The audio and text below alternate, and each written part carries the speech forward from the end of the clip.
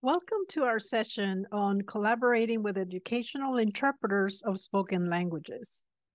This presentation is supported by a grant from the Missouri Council on Developmental Disabilities to promote language access in the schools for emergent bilingual families, including those families with children who receive special education services.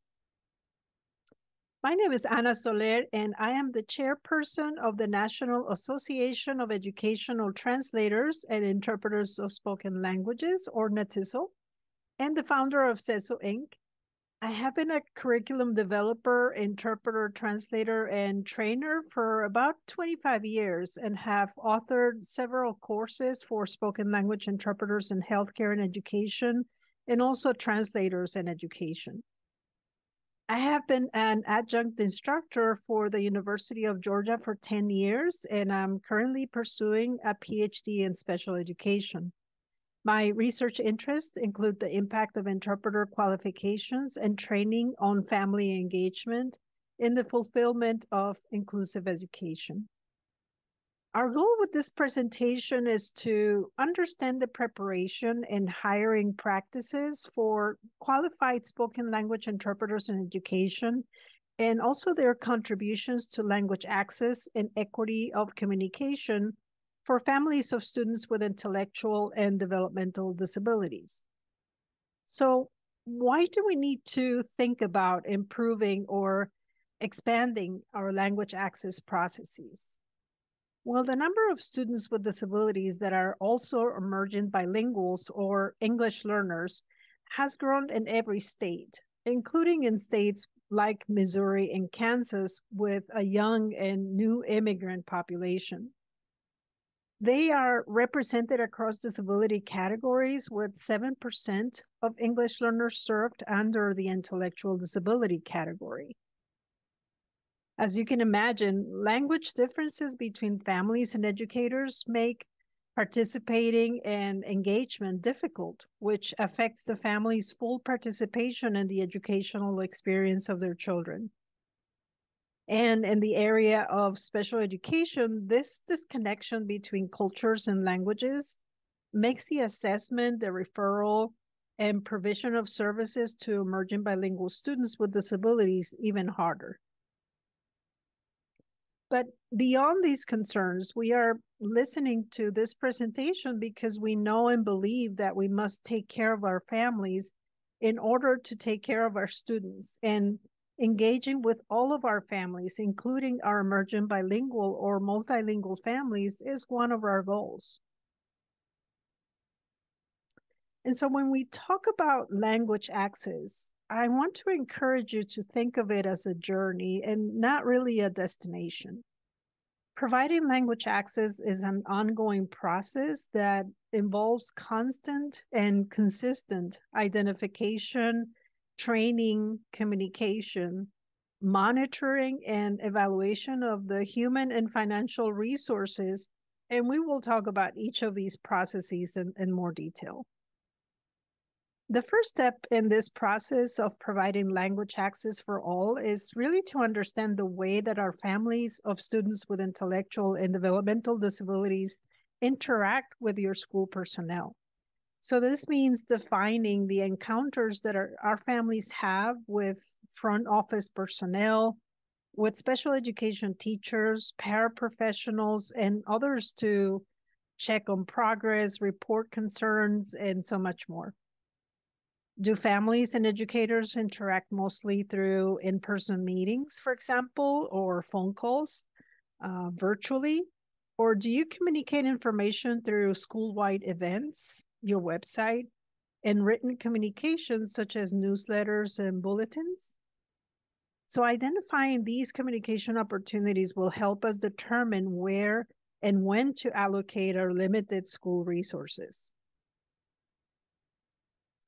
It is also important to identify the languages that we have in our communities through home language surveys and registration forms, but also by connecting with communities outside of our schools to help us learn about the cultures and languages that we have represented.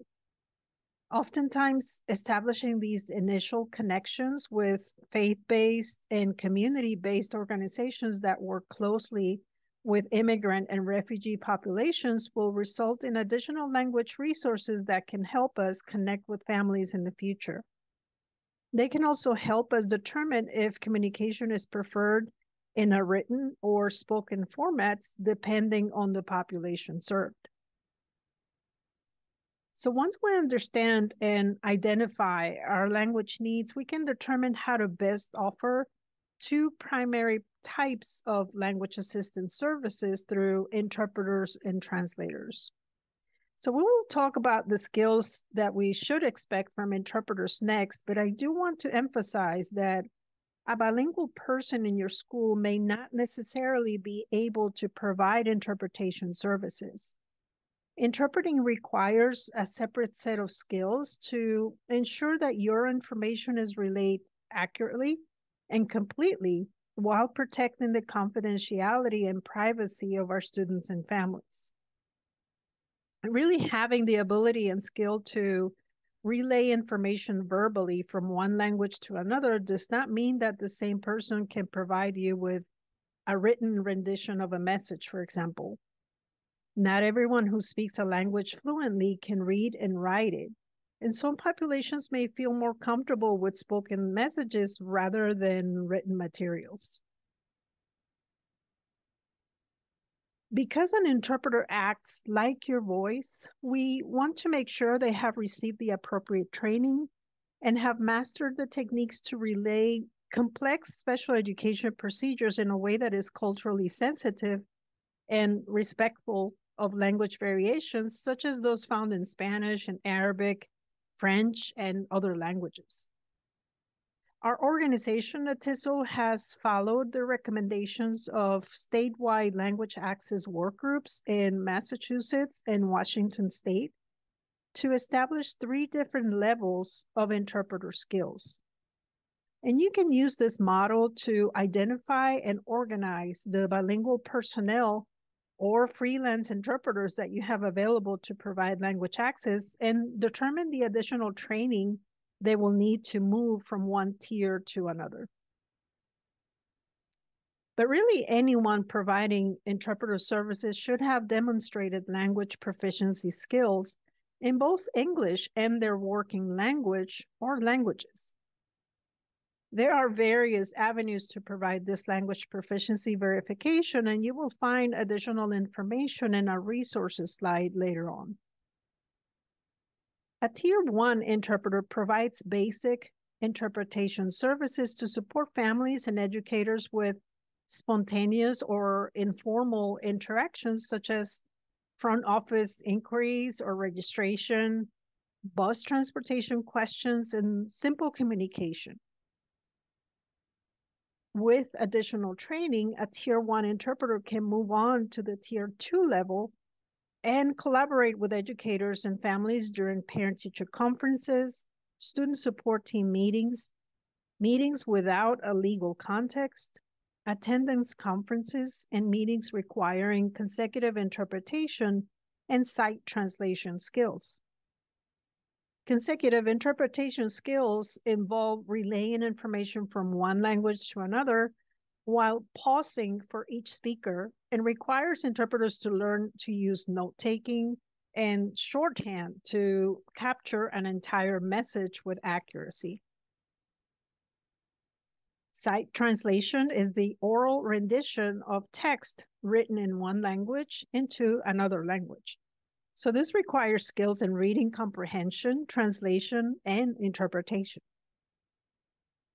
Our Tier 3 interpreters are those with the advanced professional interpretation skills to support families and educators with special education meetings, disciplinary hearings, meetings with a legal context, meetings requiring simultaneous interpretation, and large group meetings such as Board of Education sessions, Title I parent nights, and others. Tier 3 interpreters are also aware of cultural information that may come into place when communicating information related to special education, eligibility, and policies related to attendance and discipline. Achieving a Tier 3 level requires additional skill building and specialized training on vocabulary and interpretation protocols.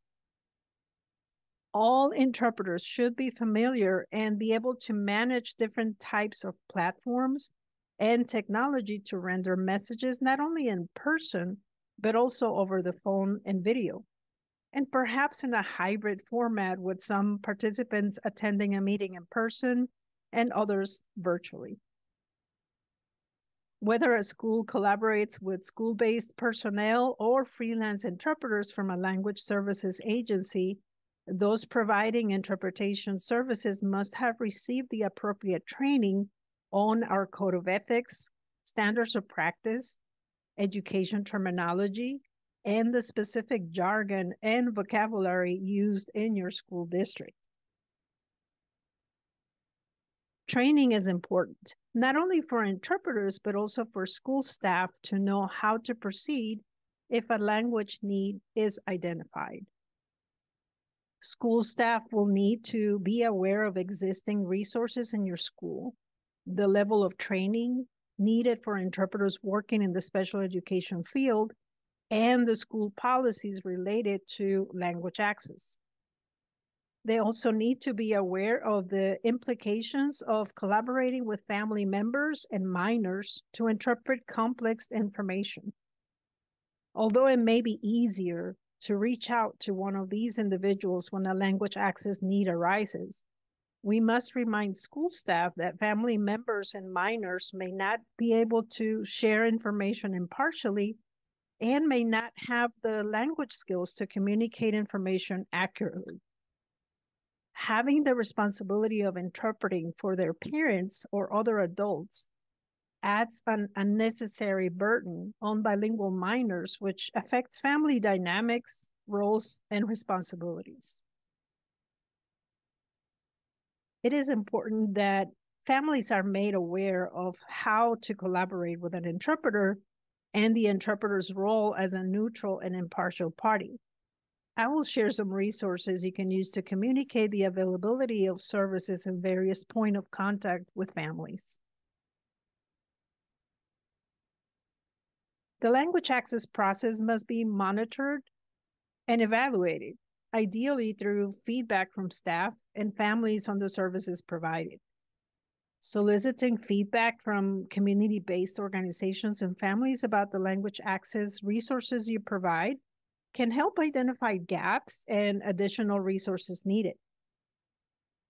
NAETISL has created a few resources translated to various languages that you can use to obtain feedback from families and to inform families about the language access services available.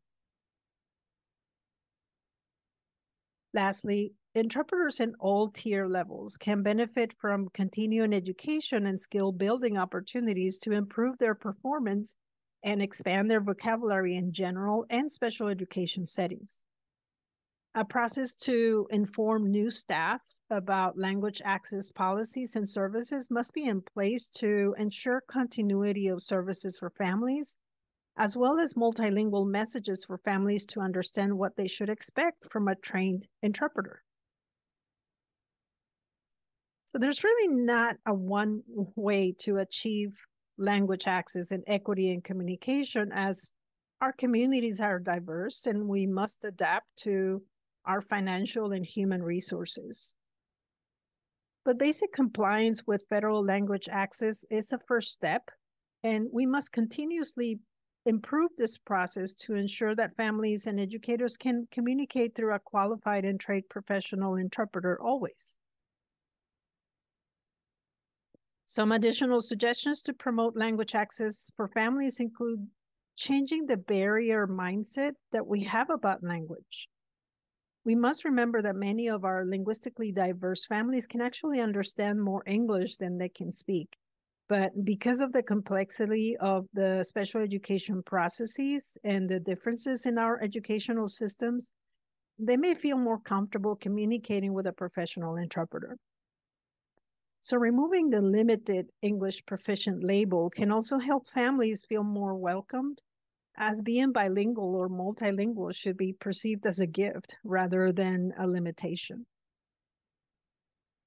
Another suggestion which can support communication across languages and cultures is to consider the benefits of plain language. Special education is notorious for the use of abbreviations and jargon and many statistical terms that fill our assessments, eligibility, and other special education reports. It's helpful to refocus our use of language, keeping in mind our main goal, which is to ensure that our families have the information they need to support their children's progress at home. I'd like to end my presentation by offering you some free resources courtesy of NAETISL, our National Association of Educational Translators and Interpreters of Spoken Languages.